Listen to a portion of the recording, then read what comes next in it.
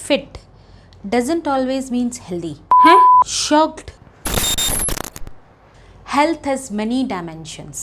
संपूर्ण स्वास्थ्य को समझने के लिए चलिए इस वीडियो को देखते हैं।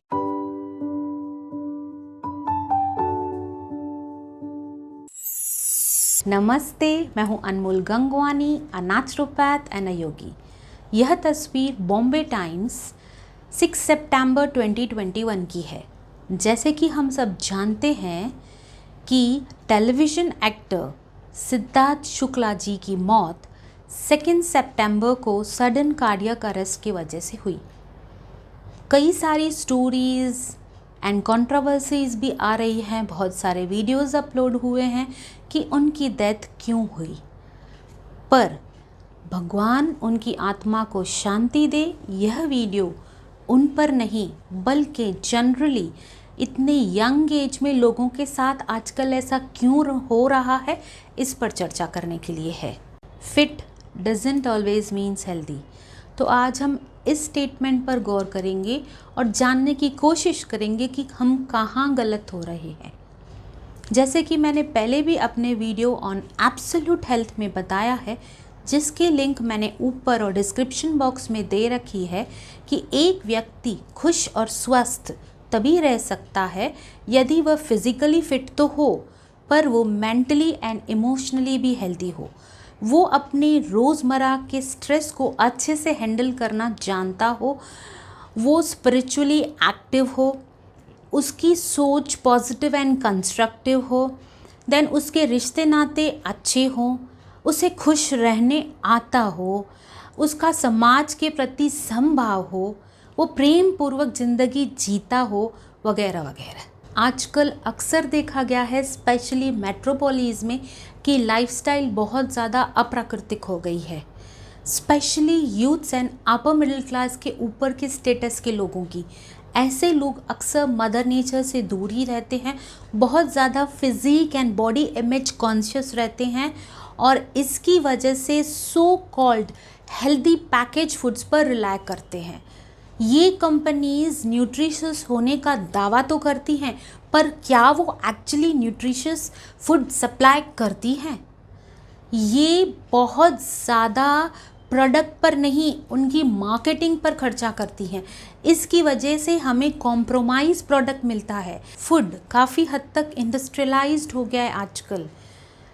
मैं आपको ये भी बता दूं कि बहुत ज़्यादा डिफरेंट डाइट्स के फंडा भी इन इंडस्ट्रीज़ के फंडेड रिसर्चेस की वजह से आता है, ताकि वो डिफरेंट लेबल्स के साथ डिफरेंट प्रोडक्ट को सेल कर पाएँ। ऐसे चीप एंड कॉम्प्रोमाइज़ प्रोडक्ट्स के पीछे गंदा तेल यूज़ किया जाता है, जिसकी वजह से आजकल बहुत जनों का लिपिड प्रोफाइल बिगड़ा हुआ है।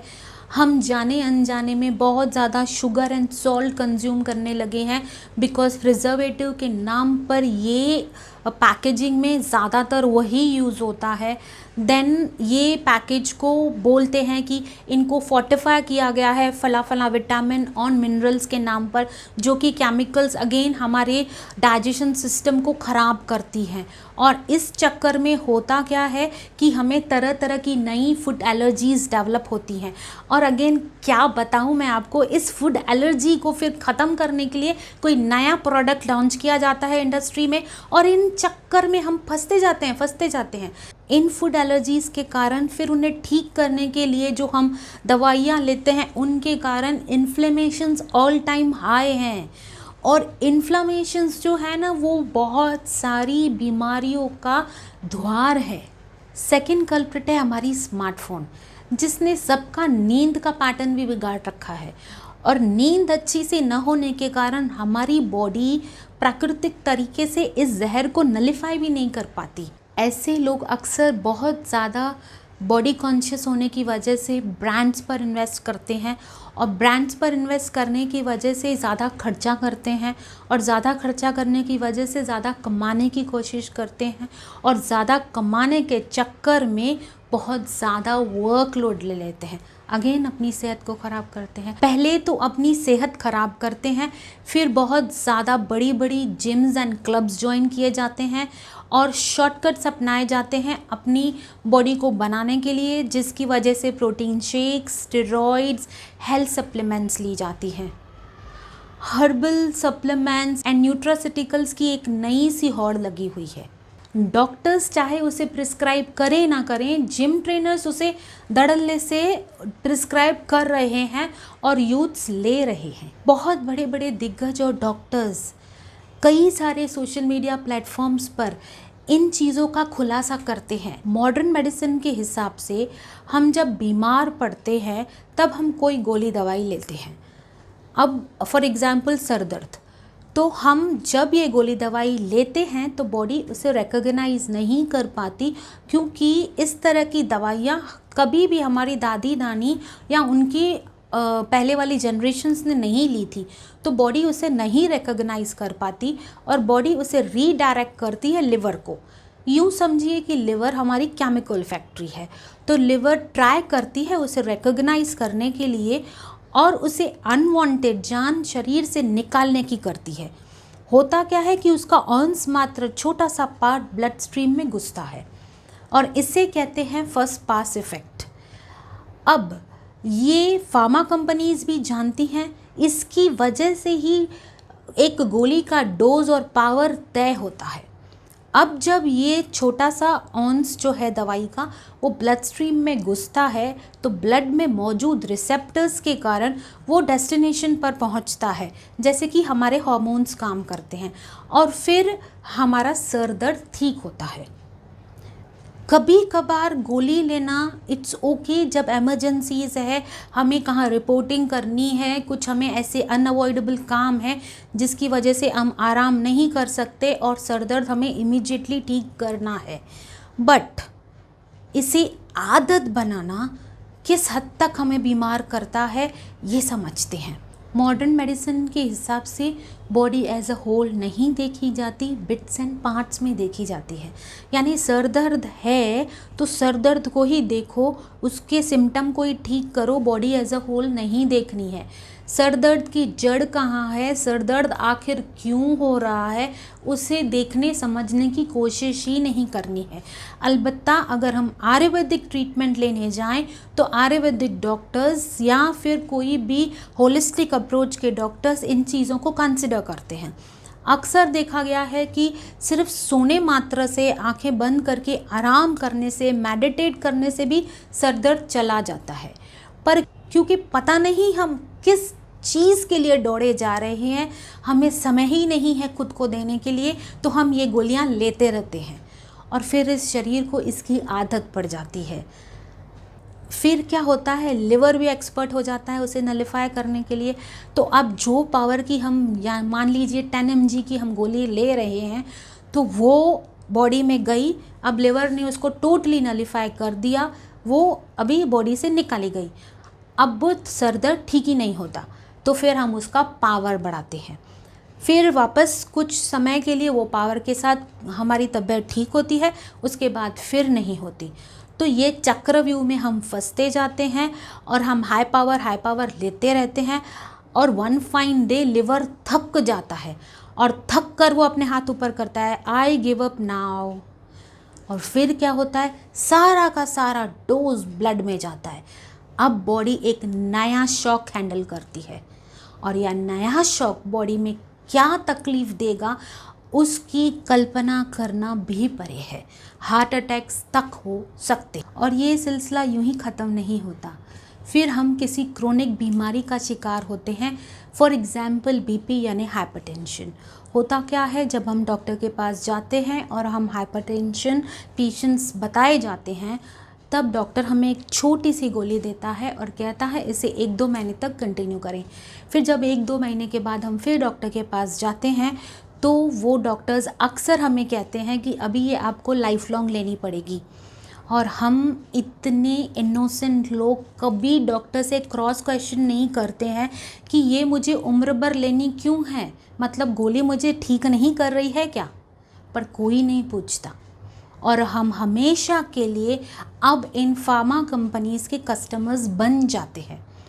शुरू के कुछ साल तो ठीक से चले जाते हैं, बाद में ये प्रॉब्लम अराइज होता है क्योंकि वो सो कॉल 120/80 के आसपास की रीडिंग को देखते देखते उस रीडिंग को सेटिस्फाई करने के लिए फिर पावर्स बढ़ाए जाते हैं और फिर शुरू होती है नेवर एंडिंग रेस। हम कभी ठीक नहीं होते हैं और उसके बावजूद हम समझते हैं कि हम ठीक हैं, पर क्या हम वाकई ठीक होते हैं? शरीर बीपी कई कारणों से बढ़ाता है।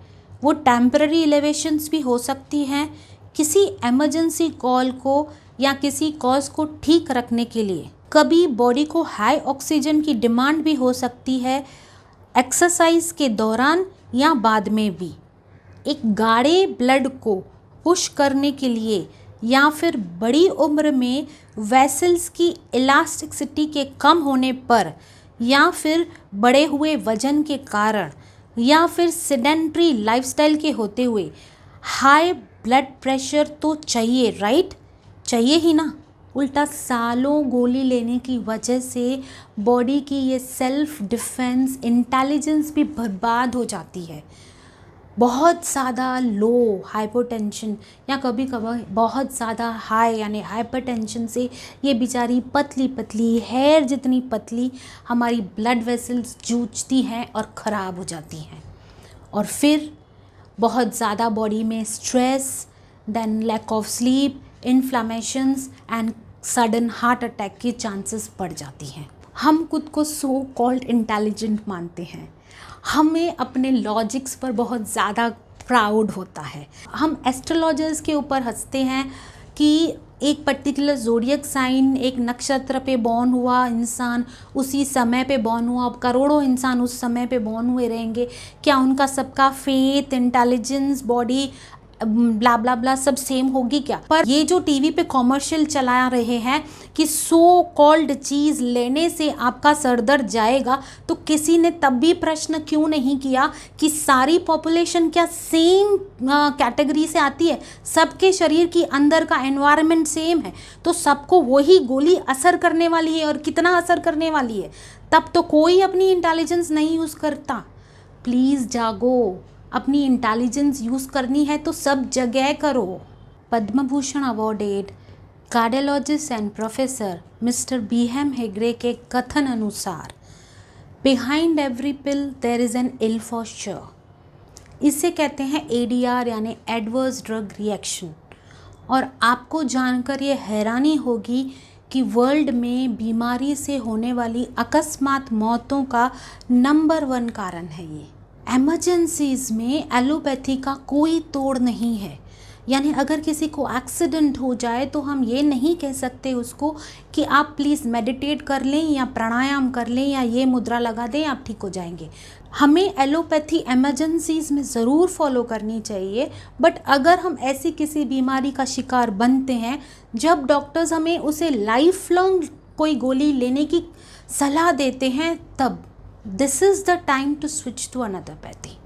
और ये मैं तहे दिल से मानती हूँ कि फ्यूचर में ज़रूर होगा कि एक इंटीग्रेटेड मेडिकल प्रोटोकॉल निकलेगा।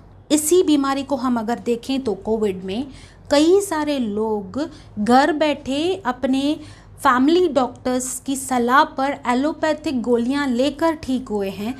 कईयों ने आयुर्वेद का सहारा लिया है, कईयों ने अपने घर पर ही बने हुए हर्बल काढ़ों वगैरह से ठीक हुए हैं। कई लोग नेचुरोपैथी टेक्निक से स्टीम वगैरह लेकर और खान पान पर ध्यान रखने के बाद ठीक हुए हैं। कई लोग तो अपने आप सिर्फ़ और सिर्फ आराम करने से और खाना न खाने से, उपवास करने से भी ठीक हो गए हैं। तो ठीक होने वाले लोगों में बेसलाइन कॉमन क्या है? उनमें बेसलाइन कॉमन ये है कि वो लोग डरे हुए नहीं हैं, वो एक पॉजिटिव और कंस्ट्रक्टिव सोच रखते हैं। वो ये मानते हैं कि आज नहीं तो कल वो इस बीमारी से ठीक हो जाएंगे। This is the miraculous power of positive thinking. उनकी थिंकिंग उन्हें ठीक करती है। पहले ये थॉट क्रिएट होना चाहिए कि मैं ज़रूर इससे लड़ के विजय पाऊंगा या पाऊंगी। ये थॉट पहले क्रिएट होना चाहिए, उसके बाद अपने आप चीज़ें फॉलो होती हैं।